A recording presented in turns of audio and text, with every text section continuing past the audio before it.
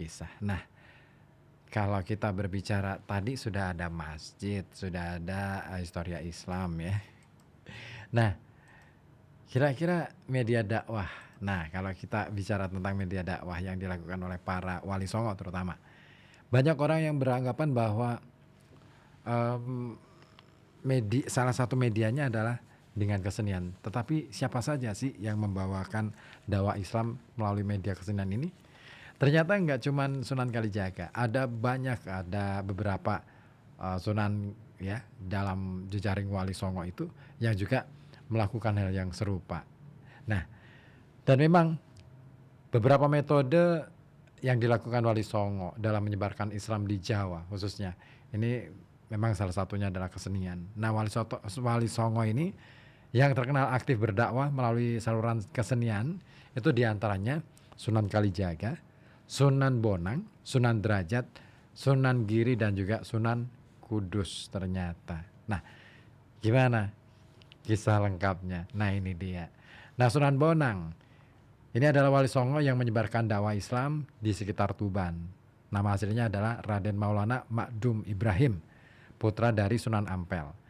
Seperti anggota wali songo yang lain, pendekatan yang dilakukan Sunan Bonang dalam berdakwah itu tidak jauh dari kebudayaan dan tradisi yang telah ada di tengah masyarakat. Nah, Sunan Bonang ini menyebarkan agama Islam melalui pendekatan kebudayaan dan kesenian. Salah satu media yang digunakan Sunan Bonang adalah gamelan yang sudah ada sejak zaman Hindu-Buddha.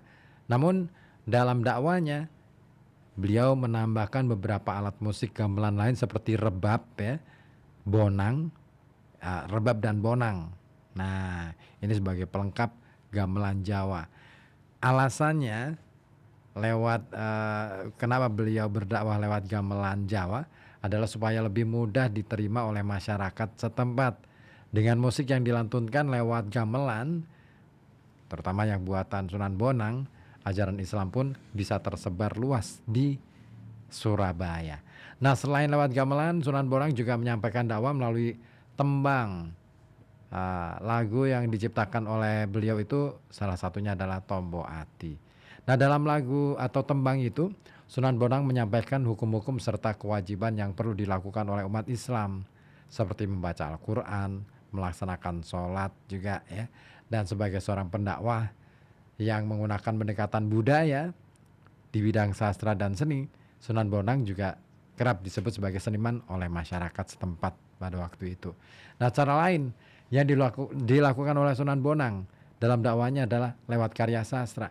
Nah, salah satu karya sastra yang digubah oleh beliau adalah Suluk Wujil yang dipengaruhi oleh kitab As-Siddiq karya Abu Said Al-Khair.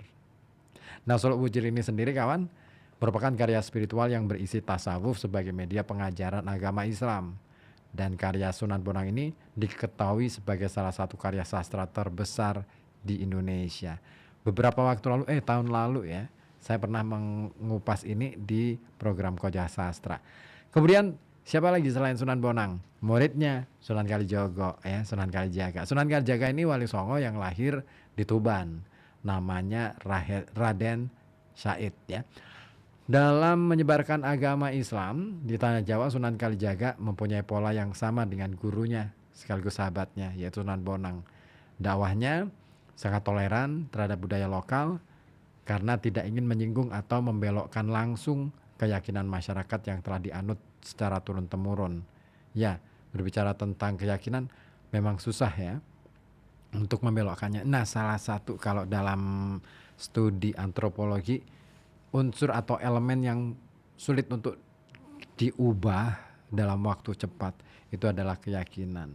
Nah, untuk menghindari penolakan dari masyarakat, metode dakwah yang dilakukan Sunan Kalijaga ini dengan memasukkan ajaran Islam, jadi menyisipkannya ke dalam budaya Jawa. Dan beliau menyadari rakyat di tanah Jawa masih kuat memegang adat istiadat dan budaya lamanya, baik yang bersumber dari ajaran Hindu-Buddha maupun kepercayaan nenek moyang mereka. Jadi masyarakat akan menjauh dan menolak kalau dipaksa untuk mengubah tradisinya.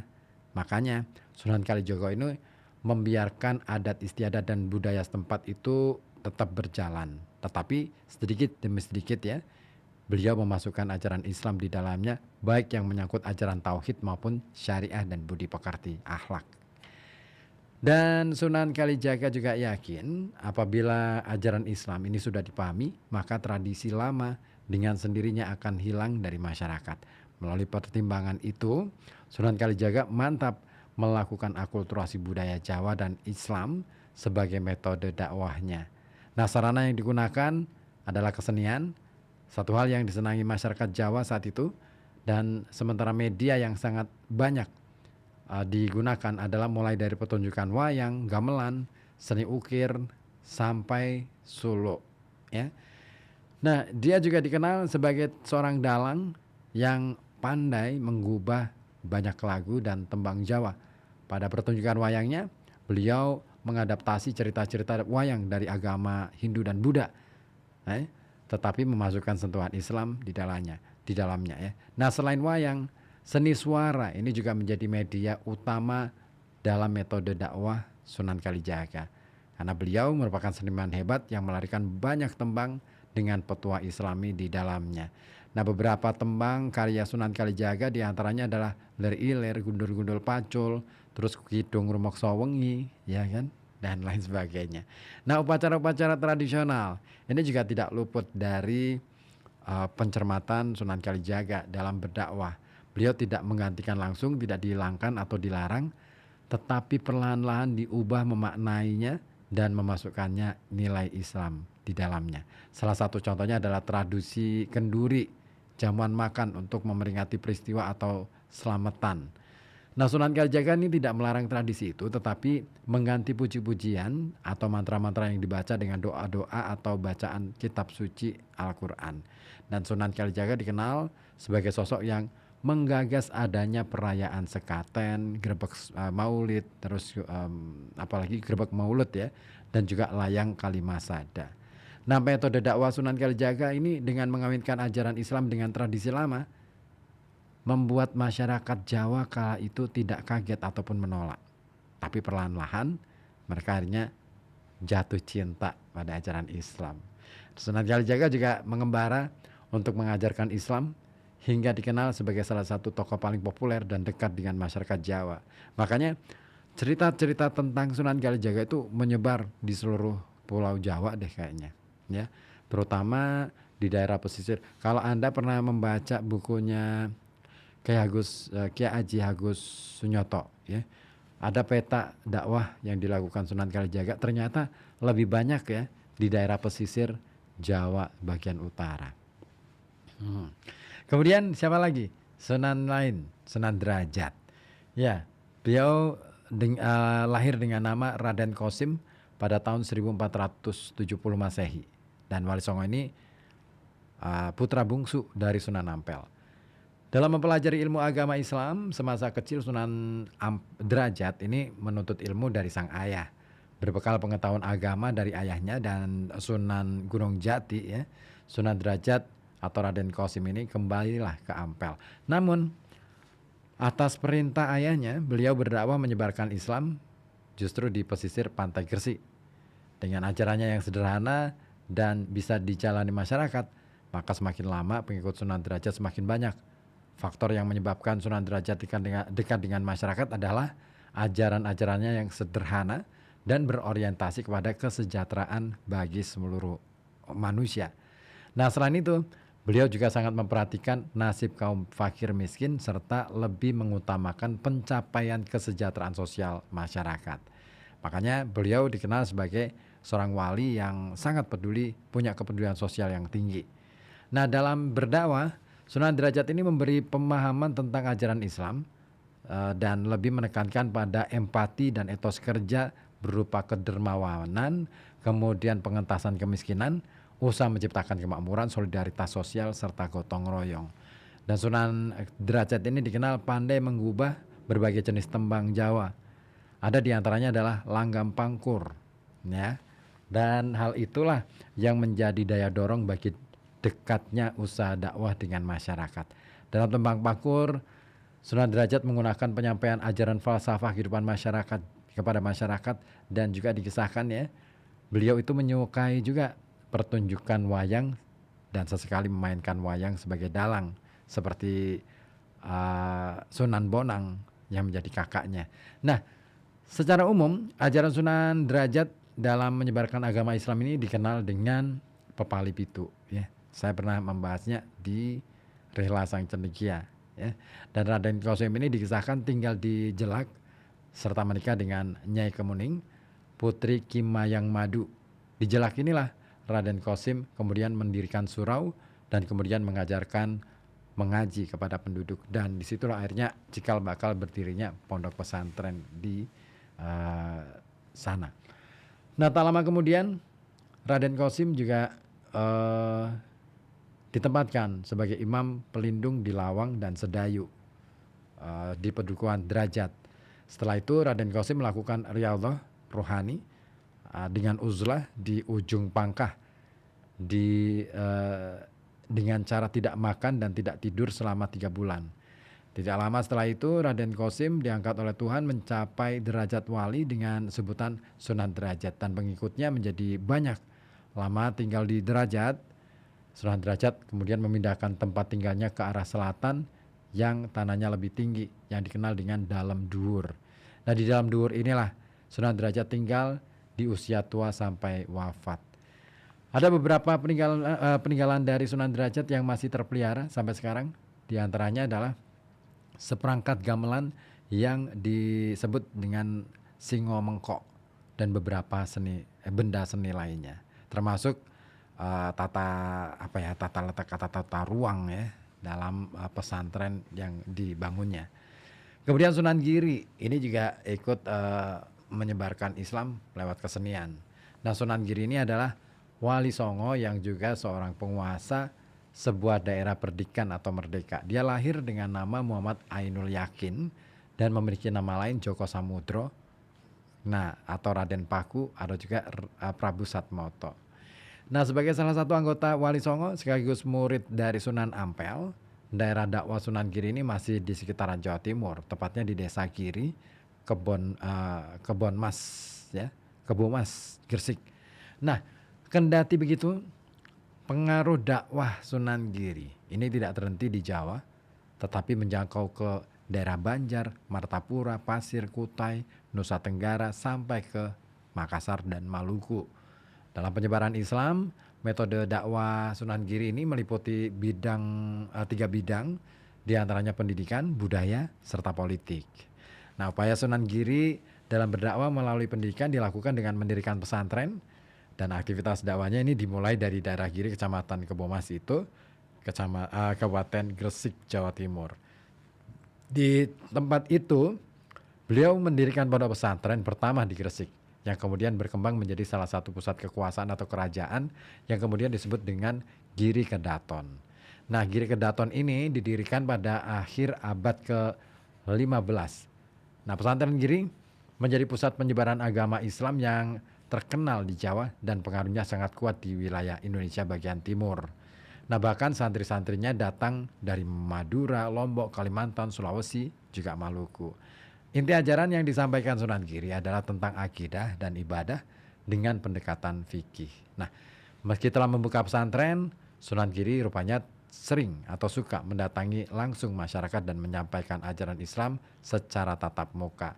Nah, setelah masyarakat terbiasa dengan kehadirannya, Sunan Giri barulah mengadakan perkumpulan seperti selamatan, dan disitulah ia memasukkan unsur-unsur keislaman.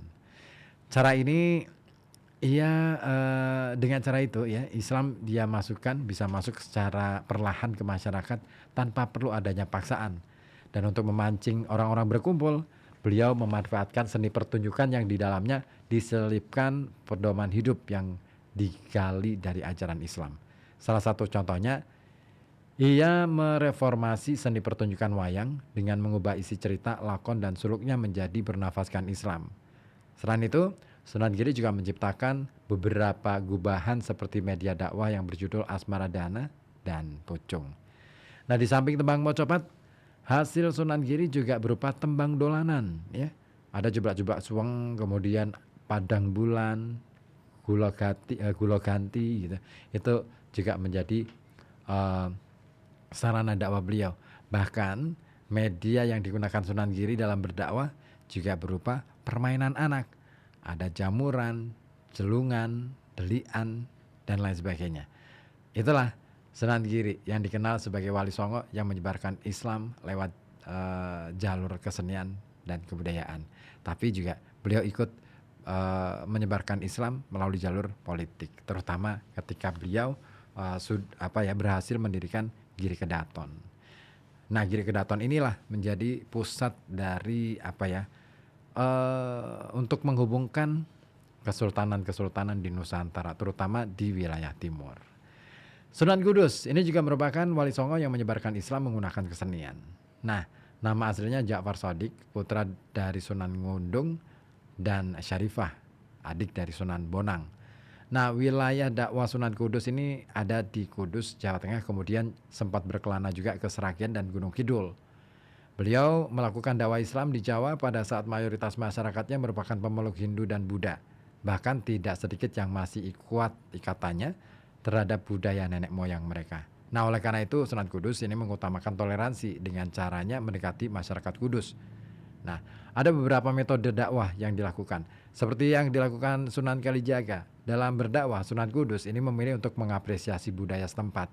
Salah satu cara yang dilakukan adalah dengan memanfaatkan simbol-simbol Hindu Buddha yang terlihat pada arsitektur Masjid Kudus.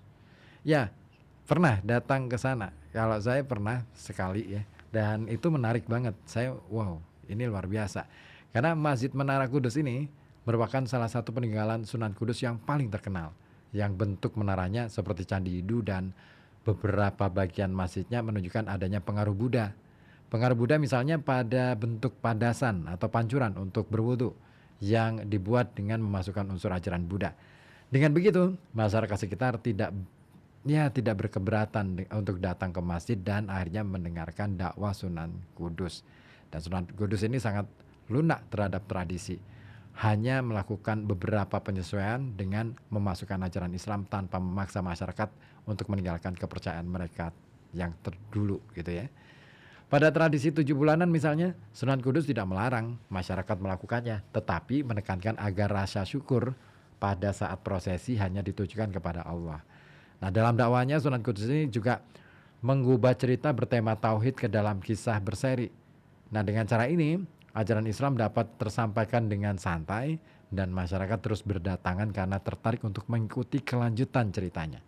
Nah, seni suara ini juga menjadi media dalam metode dakwahnya Sunan Kudus.